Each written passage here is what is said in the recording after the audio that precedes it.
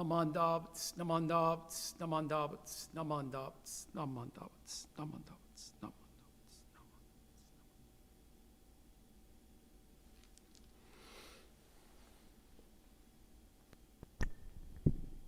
Please join me in Gasho. Namandabts, namandabts, namandabts, namandabts. Good morning. It is Sunday, October 25th at a little after 10 o'clock for our family service for today. My name is Reverend John Turner from the Orange County Buddhist Church, and we have the order of service as listed. We'll begin by chanting the Sambutsuge on page 33, and then we will read selected sayings on page number 2 on page 13. I will give a Dharma talk, and then we will close the Dharma talk with the selected saying number 2. We're really lucky to have another musical offering today by Erin Hayashi. She's going to be playing Okage-sama Day on page 143. And then we end with some very special announcements. So I'm glad you're with us, and I hope your voices are warm. And we'll begin the service now.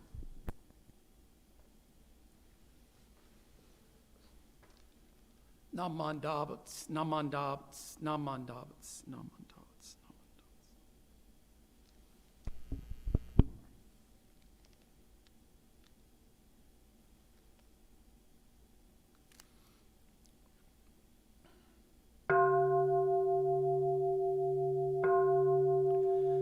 Kogen gigi ijin mugoku nyose emyo muyo tosha nichigatsumani shuko enyo kaishitsu onpe yunyaku jumoku nyorai yogen chosei murin shogaku daion koru jipo kaimon chojin sanmai chi e hitoku muryo shushoke u jindai zennen shobutsu okai gujin jin no kugo gaitai mumyo yokunu seison yomu ni no shishi jin toku muro kukun konai chi e jimyo komyo iso shindo naisen ganga sabutsu saisho kado shoji mifuge datsu fusei joi kainin shojin nyose sanmai chi e ijo gosei tokubutsu fugyo shigan isai kuku isai daion keishi ubutsu yakusen no kuman muryo naisho shunyo gojak kuyo isai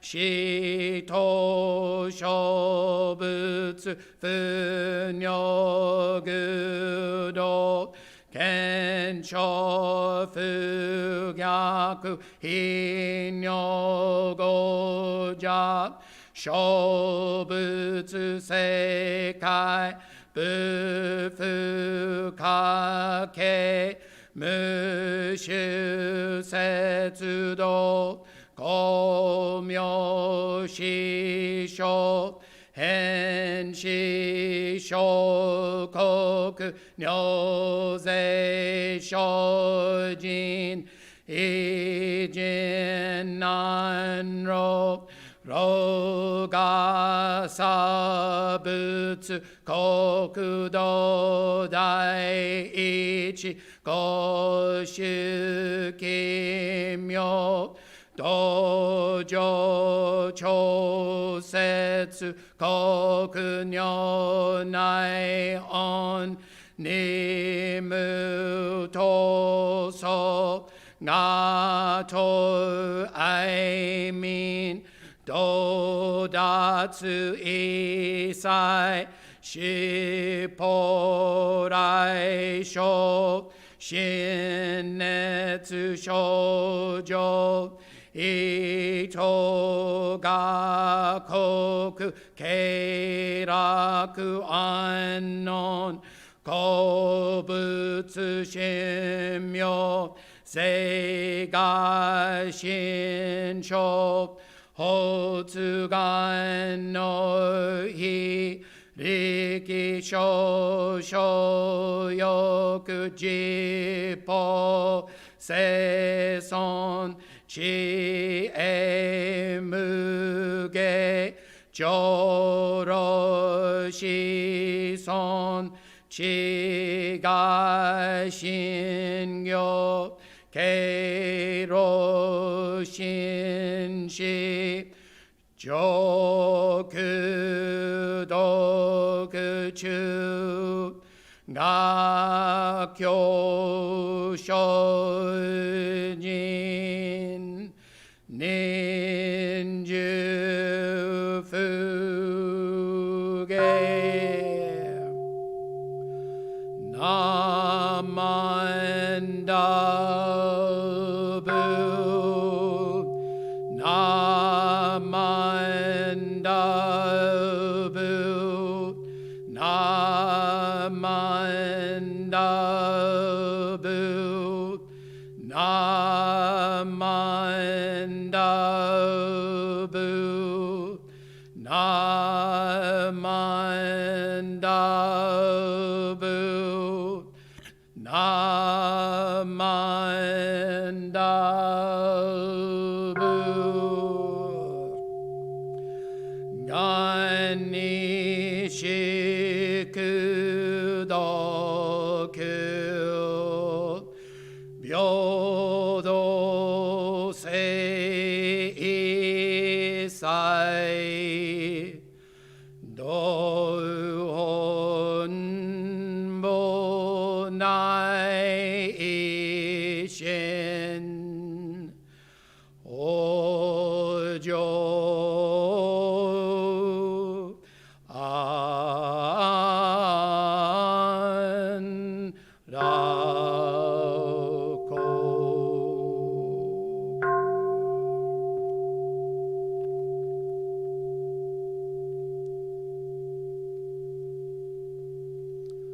Namandabats, namandabats, namandabats, namandabats, namandabats, namandabats, namandabats, namandabats, namandabats.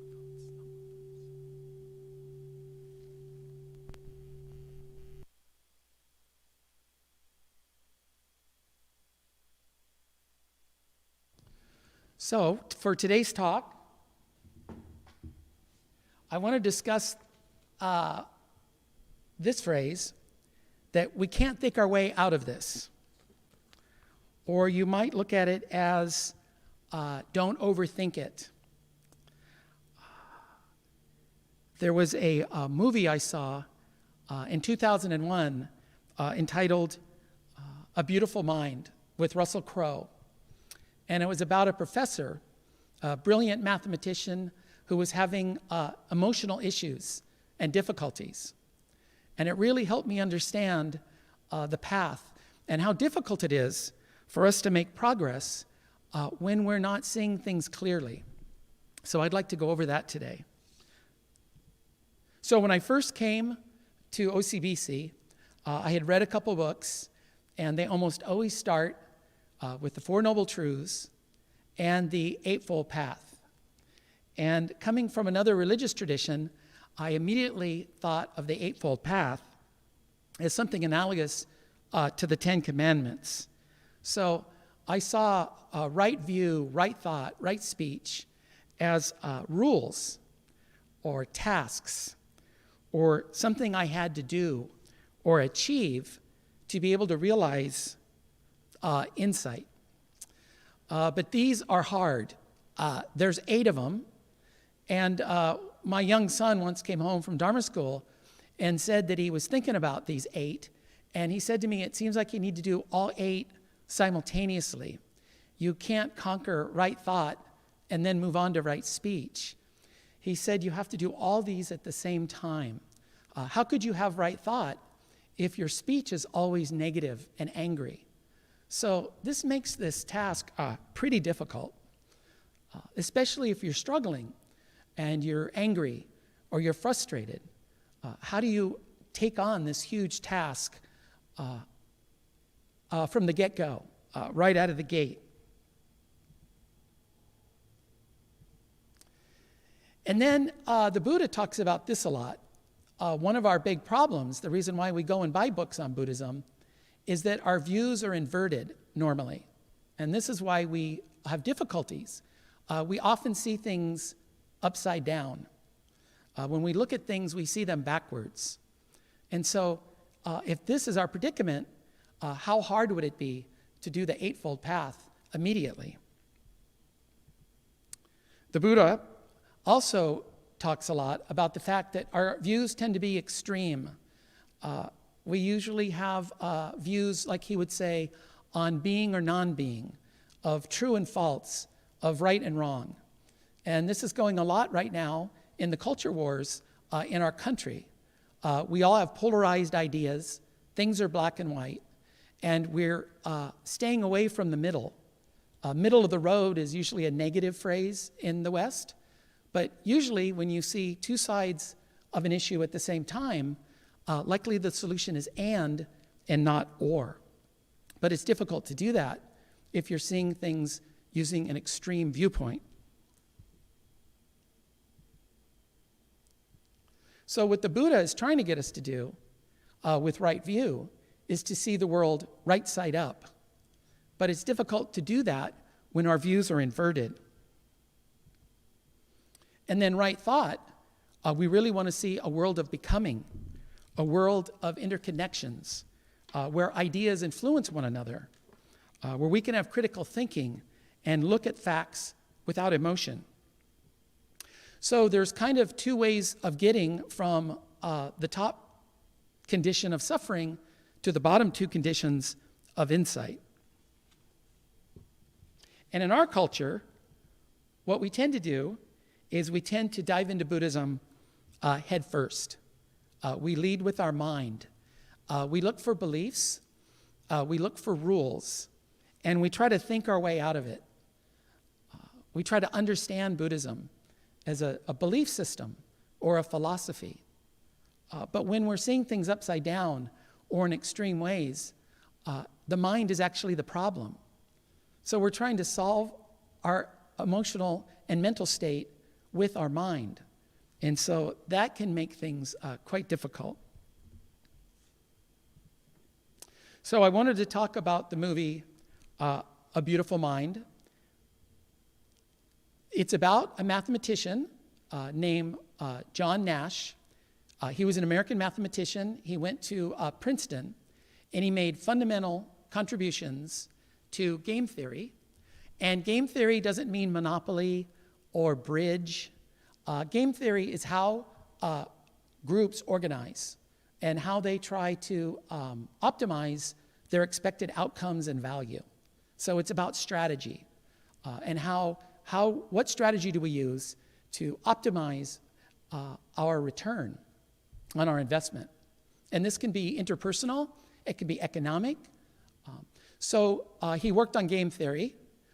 Nash's work has provided insight into the factors that govern chance, and decision-making inside complex systems found in everyday life. So this is very difficult in mathematics. It's easy to solve an equation, but trying to predict what a large, interrelated, interdependent group will do is very complex. And he was able to do this in everyday life.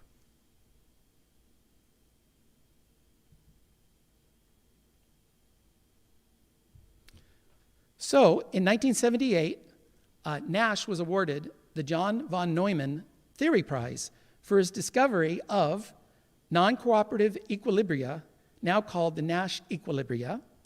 And in 1994, he received the Nobel Prize in Economic Sciences. So this non-cooperative equilibria is very complicated. But in the movie, they give a thought experiment. And he does it with 4 of his friends. So the way he looked at this, as an example, is how groups cooperate. In our culture, we usually think that survival of the fittest, and everything in capitalism is a competition, and it's winner take all, and it's a zero-sum game. But he noticed that wasn't always the case, that individuals will begin to cooperate subconsciously for the overall good of the group. So going double or nothing is very risky. So the example he had was, he said, imagine 4 of his friends and him went to a party, a college dinner, and there was a new woman there. And she was very funny, she had a great personality, and Nash and all the friends would like to get to know her better.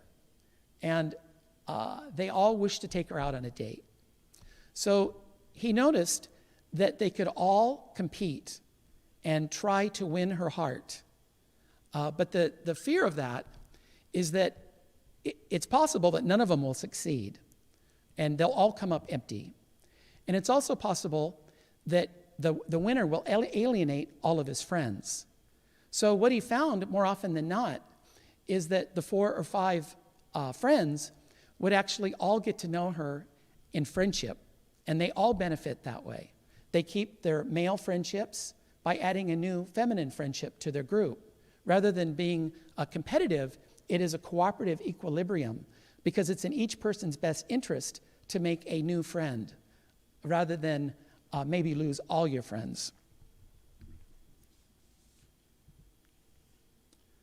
So Nash's had emotional issues in the 1950s when he was at Princeton. He started to have, he became very suspicious, he became paranoid, and he also began to have visions of people and things, and he would begin to hear sounds. And so it says here that Nash's mental illness began to manifest in the form of paranoia. Nash seemed to believe that all men who wore red ties were part of a communist conspiracy against him. I wore a purple tie today. Nash's psychological issues crossed into his professional life in early 1959 when he gave a lecture that was incomprehensible. Colleagues in the audience immediately realized that something was seriously wrong. And so in the movie, he imagined that Russian spies were trying to contact him on his new theories. And I was watching the movie, and I bought into all of this. I thought there really was a Russian conspiracy in the United States in the 1950s. I know history pretty well, but I never heard of it. And I thought, wow, this is really interesting. I never knew this happened. And he also thought that the Russians had buried nuclear weapons throughout the Midwest. And I bought into the paranoia. I didn't know that this was not true. And I was like, oh my gosh, I'd never heard of this. So here's the movie from 2001. It starred Russell Crowe, Jennifer Connelly as his wife, and Christopher Plummer as his psychiatrist. And it made over $300 million. I think Jennifer Connelly won Best Supporting Actress. Russell Crowe was nominated for Best Actor. The movie, I think, won the Academy Award for Best Picture. It also might have won Best Makeup. It was a huge hit in 2001. So I watched this movie not knowing anything about John Nash, and I watched his fantasies as if they were real because I didn't know any better. And this is an example of the unfaithful or untrustworthy narrator. You're watching reality through John Nash's eyes, and he's an untrustful narrator. So on the left here is a guy in a suit and a hat. This is Ed Harris, the actor. He plays a CIA agent that's trying to help John Nash with the Russian conspiracy in the United States. The tall gentleman in the middle is his best friend at Princeton. And this young girl is a close friend of his. She is a daughter of one of the professors at Princeton University. But as the movie goes on, I was shocked to find out that none of these people existed. There was no conspiracy, there was no FBI agent, there is no best friend, and there was no little girl. And I had bought into the entire narrative that was playing out in John Nash's mind. I just didn't know it yet. I began to figure it out when they went into his office at Princeton. This is that extreme behavior where he has newspaper clips from all over the country, and he's connecting them all with red yarn, connecting this imaginary conspiracy theory that is all within his mind. And that's when I began to figure out that something wasn't right. And I realized that little girl didn't exist. There was no FBI agent. There really wasn't any nuclear weapons buried by the Russians in the Midwest.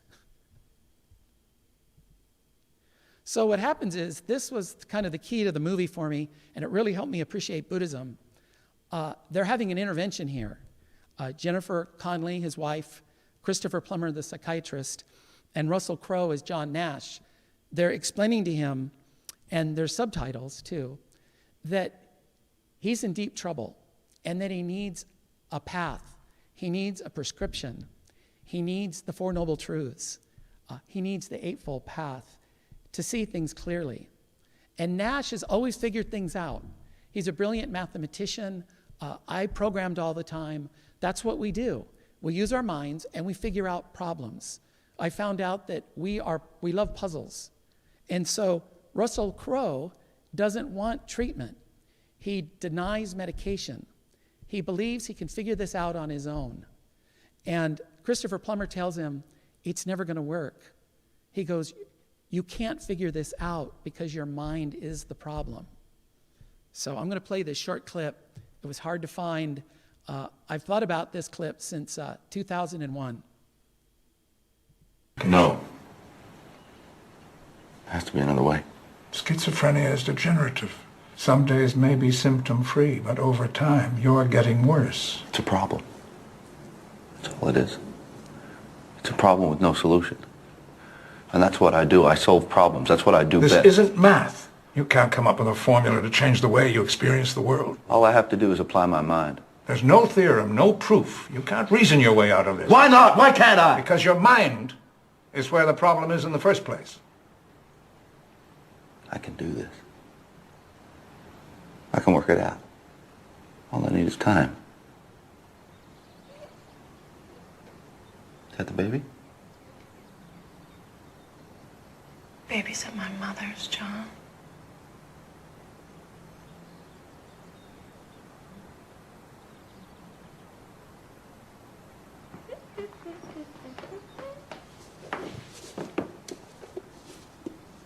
Without treatment, John, the fantasies may take over. Entirely.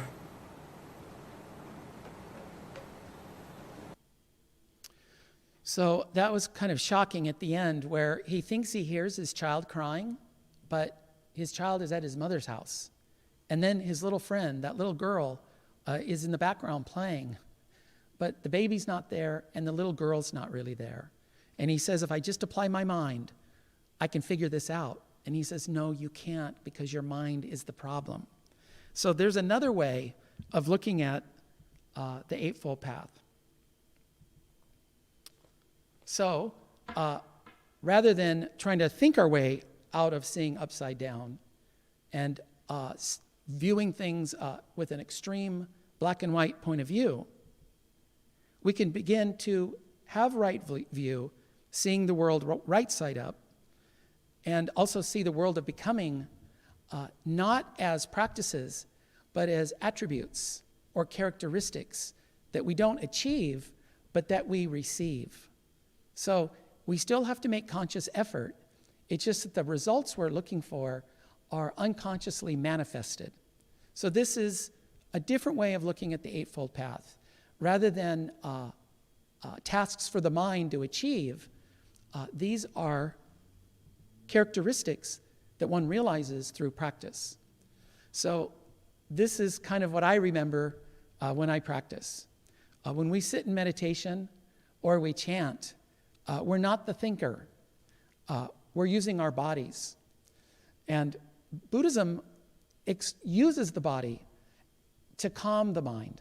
So when the body is calm, when our breathing is calm, the mind will follow. And this is a different approach. So you can think of these attributes or characteristics as the way the Buddha is advertising practice and the path. I almost feel like it would be like one of those infomercials. You don't just get one, you don't just get two, you get 8 great qualities if you just practice Buddhism. So rather than taking the problem head on with our minds, we approach it through practice that engenders these qualities within us naturally. They're unconsciously exuded from us. So what do? We try to be aware of our breath and our breathing. We be mindful of our thoughts. We chant the Buddha Dharma, as we did today with the Sambutsuge. We bow and develop humility. When the body is humble, the mind becomes soft and humble as well. We also sit in meditation. And one of the biggest things we do in our tradition is we listen to the Dharma. And one of the great quotes is that listening to the Dharma perfumes our mind. It changes the way we see the world. And the Eightfold Noble Path is the outcome of that perfuming. I have 2 little Japanese air fresheners that Reverend Wonder gets me from Japan, and I put them in the furoshiki, the cloth holder for my robes. And my wife always tells me how good I smell when I put my robes on, and it's because I've been perfumed by this wonderful freshener. I'm a walking incense stick when I put my robes on. And this is the same kind of thing that happens when we practice Buddhism. So we consciously make an effort, but not on the Eightfold Path. We make a conscious effort to chant, to sit, to breathe, to listen. And then the Eightfold Path is unconsciously revealed to us effortlessly.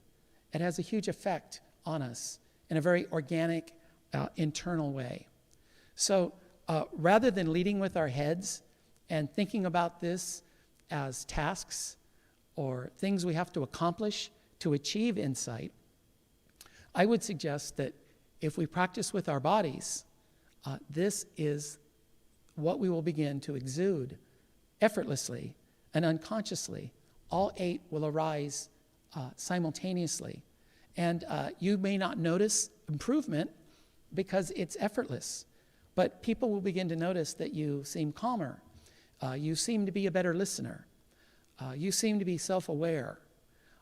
These kind of things are what Buddhists do. This is the result. So these aren't the inputs, these are the outputs of a Buddhist way of life. So I just wanted to let you know that maybe we don't have to think so hard and we don't have to try so hard. We don't have to use a lot of willpower. We just have to relax and practice with our bodies, and our thinking will work itself out on its own. So I would like to close with Gasho. Namo Amida Butsu, Namo Amida Butsu, Namo Amida Butsu, Namo Amida Butsu.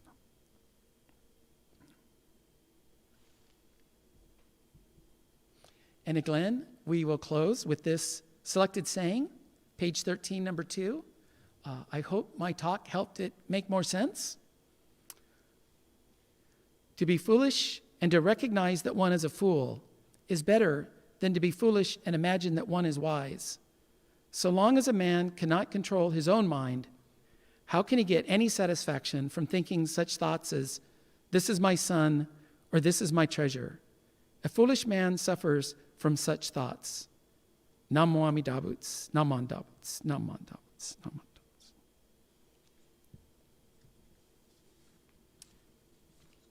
So next, we're going to have another second wonderful musical offering from Erin Hashda, Okage-sama Day on page 143. And I really like this freeze frame. She's goshoing with great humility to her piano.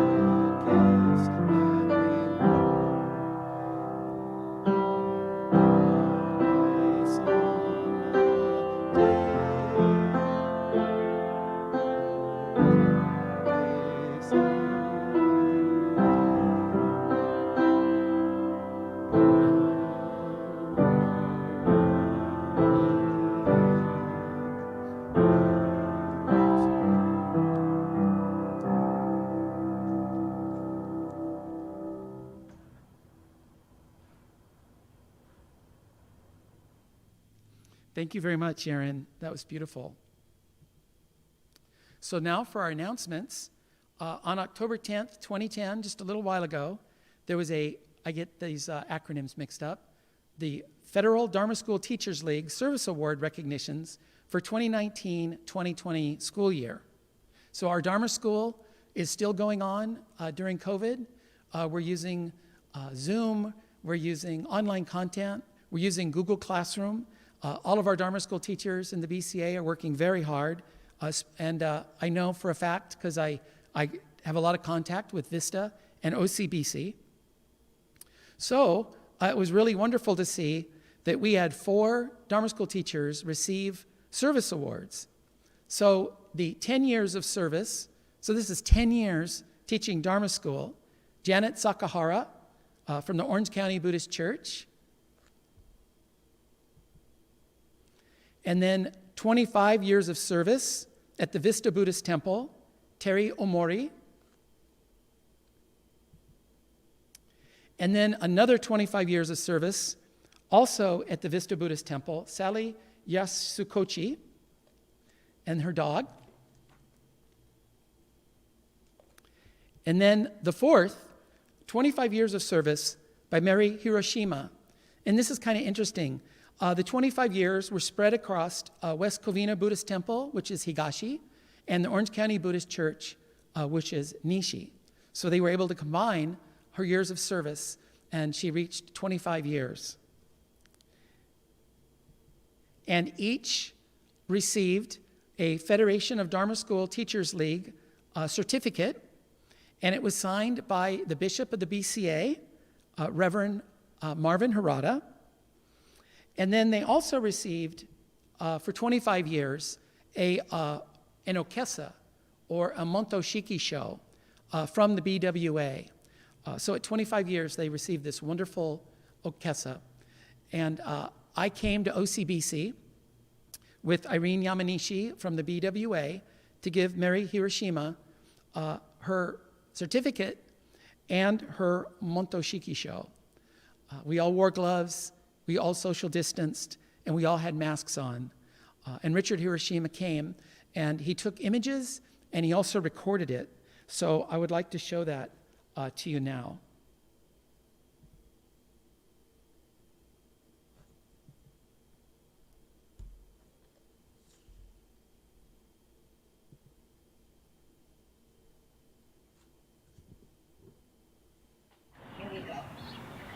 Dear Mary, on behalf of the SDBWA, congratulations and thank you for your 25 years of service as a Dharma school teacher. We appreciate your dedication in sharing the Dharma with your students. This special Montoshiki show is for you as a token of our way to say we are very grateful for all your time and commitment in Gasho, Southern District BWA. Congratulations. Federation of Dharma School Teachers League. In appreciation, this certificate is awarded to Mary Hiroshima for your outstanding contribution of teaching Dharma School for 25 years. Signed by the President of the Federation of Dharma School Teacher League and the Bishop of the Buddhist Churches of America, Reverend Harada.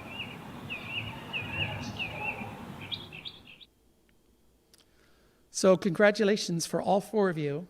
I don't know if you noticed, but there were a lot of birds chirping, and there's a lot of construction being done at Dale Junior High, and I couldn't edit that out.